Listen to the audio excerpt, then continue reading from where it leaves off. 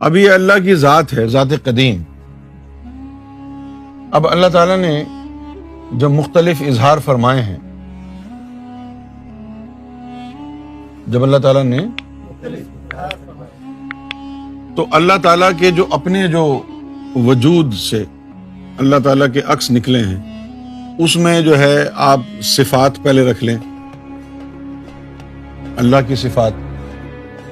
اس کے علاوہ پھر جو ہے ان صفات میں جو ہے جب اللہ نے مخلوق بنائی ہے تو مخلوق بننے کے عمل سے وہ خالق ہوا ہے۔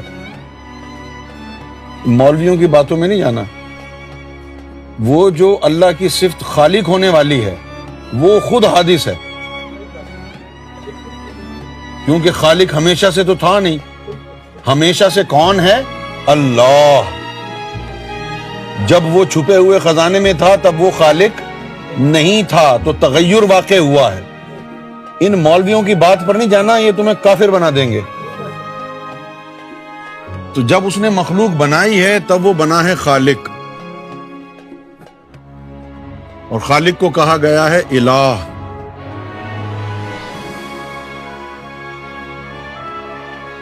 الہ سمجھ گئے آپ؟ اچھا، پھر ان صفات میں طفل نوری آ گیا ہے، جثہ توفیق الہی آ گیا ہے۔ اب جو مقام وصل پر آ گئے واصلین، تو ان واصلین میں یہ جو واصلین ہیں ان کے اندر یا تو طفل نوری آئے گا یا جثہ توفیق الہی آئے گا۔ اور سجدہ کس کو جائز ہے؟ الہ کو۔ الہ کسی میں نہیں آیا، الہ کسی میں نہیں آیا الہ۔ یہ آپ جان لیں، سمجھ لیں۔ دنیا میں کوئی ولی، کوئی عالم جتنا چاہے اس کی مخالفت کرے، آپ نے اس سے ہلنا نہیں ہے جو میں آپ کو بتا رہا ہوں، ورنہ گمراہ ہو جاؤ گے۔ جذبات اپنی جگہ، محبت اپنی جگہ، لیکن یہ جو میں بتا رہا ہوں یہ نہ جذبات ہیں نہ یہ محبت ہے، یہ حقیقت۔ سلطان حق باہو ہوں، لال شہباز قلندر ہوں، غوث اعظم رضی اللہ تعالی عنہ ہوں، مولا علی ہوں، بی بی فاطمہ ہو، یہاں تک کہ محمد رسول اللہ کی ذات ہو، ان میں بھی الہ نہیں آیا۔ طفل نوری آیا ہے یا جثہ توفیق الہی آیا ہے، اور سجدہ کس کے لیے ہے؟ الہ کے لیے، اور الہ کسی انسان میں آیا نہیں۔ الہ کسی انسان میں آیا نہیں ہے، لہذا نہ آپ الہ والا سجدہ حضور کو کر سکتے ہیں، نہ سلطان حق باہو کو کر سکتے ہیں، نہ لال شہباز قلندر کو کر سکتے ہیں، کسی کو نہیں کر سکتے۔ وہ سجدہ عبودیت صرف الہ کے لیے ہے۔ کس کے لیے ہے؟ الہ کے لیے ہے، الہ۔ اسی لیے کلمہ مبارک میں آیا لا الہ الا اللہ، کہ اس اللہ کے پاس ہے وہ الہ کا وجود، اور کسی کے پاس نہیں ہے۔ سمجھ گئے آپ؟ طفل نوری آیا ہے، جثہ توفیق الہی آیا۔ ان کو واصلین کو اللہ تو کہہ سکتے ہیں، کیونکہ اللہ کا وجود میں سے کوئی چیز آئی ہے، الہ کے وجود میں سے تو نہیں آئی نا۔ ان کو اللہ کہا جا سکتا ہے لیکن الہ نہیں کہا جا سکتا۔ حضور صلی اللہ علیہ وسلم کو بھی اللہ کہا جا سکتا ہے لیکن الہ، معبود، خالق نہیں کہا جا سکتا۔ نہ یہ محبت ہے نہ یہ جذبات ہیں، یہ ایک حقیقت ہے، اور اس حقیقت پر آپ کو ایمان لانا ہے، کیونکہ وحدانیت کا تعلق اس الہ سے ہے۔ وحدانیت کا تعلق الہ سے ہے، یہ یعنی اللہ کی طرف سے طفل نوری اور جثہ توفیق الہی آیا، تو جزوی طور پر اللہ تو واصلین میں ہے، لیکن مرتبہ الہ تو کسی میں نہیں گیا نا۔ کیا خیر؟ مرتبہ الہ تو کسی میں گیا نہیں۔ مرتبہ الہ جو ہے وہ اللہ کے پاس ہے، کسی میں نہیں گیا، not at all۔ لہذا سجدہ عبودیت، بار بار میں لفظ یہ استعمال کروں گا نہیں، لیکن حقیقت ہے اس لیے کرنا پڑتا ہے نا۔ سجدہ عبودیت محمد رسول اللہ سمیت کسی ولی، کسی قلندر، کسی فقیر کو نہیں کیا جا سکتا۔ سجدہ عبودیت صرف اللہ تعالی کی جو صفت الہ ہے، صرف اس کے لیے مخصوص ہے۔ باجد بھائی سمجھ گئے؟ سجدہ عبودیت کسی اور کو کر دیا سجدہ عبودیت تو یہ شرک ہو جائے گا۔ آپ اللہ سمجھیں، ہاتھ پاؤں چومیں، ہاتھوں کو بوسہ دیں، پاؤں کو بوسہ دیں، ان کے تلووں کو اپنے منہ پر ملیں، اپنے سر پر رکھ لیں، ان کے پاؤں کی خاک بن جائیں، وہ محبت کی بات ہے۔ لیکن دل و جان سے نیت کر کے کہ یہ میرا خالق ہے لہذا میں اس کو سجدہ عبودیت کرتا ہوں، یہ شرک ہے۔ یہ نہ حضور کی بارگاہ میں سجدہ عبودیت کیا جا سکتا، نہ سلطان کی بارگاہ میں، تو پیر اور فقیر تو پھر بہت پیچھے رہ گئے نا۔ سجدہ عبودیت فقط الہ کے لیے،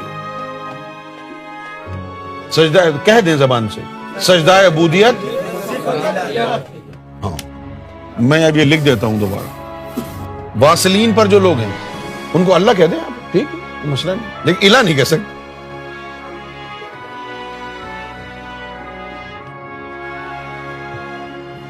سجدہ عبودیت مرتبہ الہ کے لیے مخصوص ہے۔ نہیں، الہ کسی انسان میں نہیں آیا، نہ آئے گا۔ جب حضور صلی اللہ علیہ وسلم میں نہیں آیا تو پھر کس میں آئے گا؟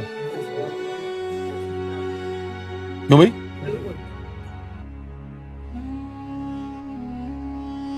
نہ حضور صلی اللہ علیہ وآلہ وسلم کے اندر الہ آیا ہے، نہ کسی فقیر میں آیا، نہ کسی قلندر میں آیا، نہ کسی عاشق میں آیا۔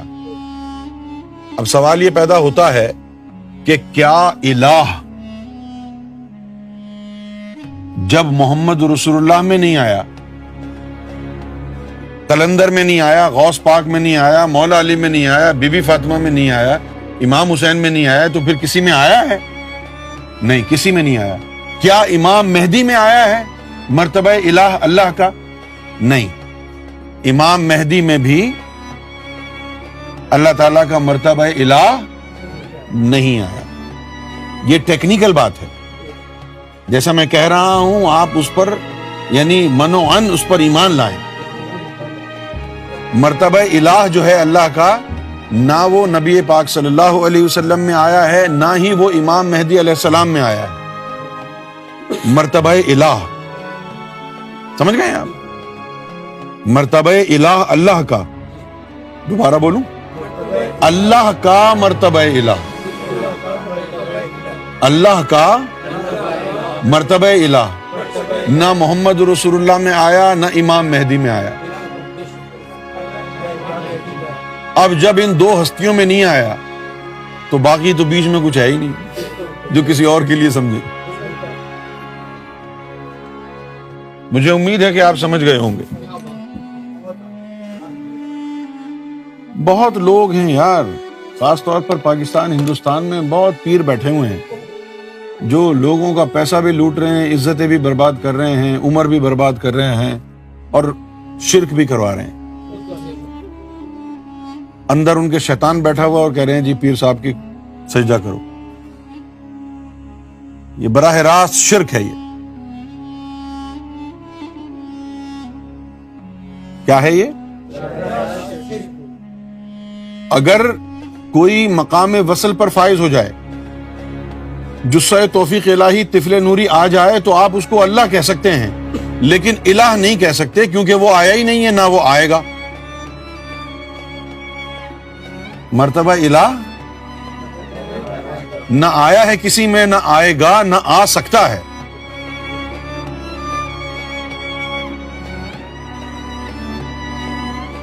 قرآن مجید نے کہا، حکم دیا امر بالمعروف نہی المنکر۔ تو امر بالمعروف نیکی کا حکم دے گا لوگوں کو؟ ابے ملا، تو نیکی کا حکم دے گا لوگوں کو؟ چل بتا، کیا تو نیکی کا حکم اپنے نفس کو دے سکتا ہے؟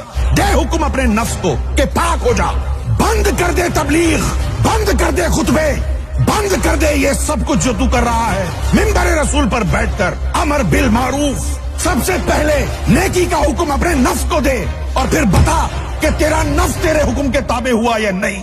نہیں المنکر، منع کر اپنے نفس کو برائی کرنے سے، پھر ہم بتائیں گے کہ تیری شریعت کتنے پانی میں ہے۔ امر بالمعروف، اپنے نفس کو امر کرو معروف کا، تاکہ کم سے کم مسجدوں سے لونڈے بازی تو ختم ہو۔ شریعت کا راگ الاپتے ہیں، شریعت کی سین سے واقف نہیں۔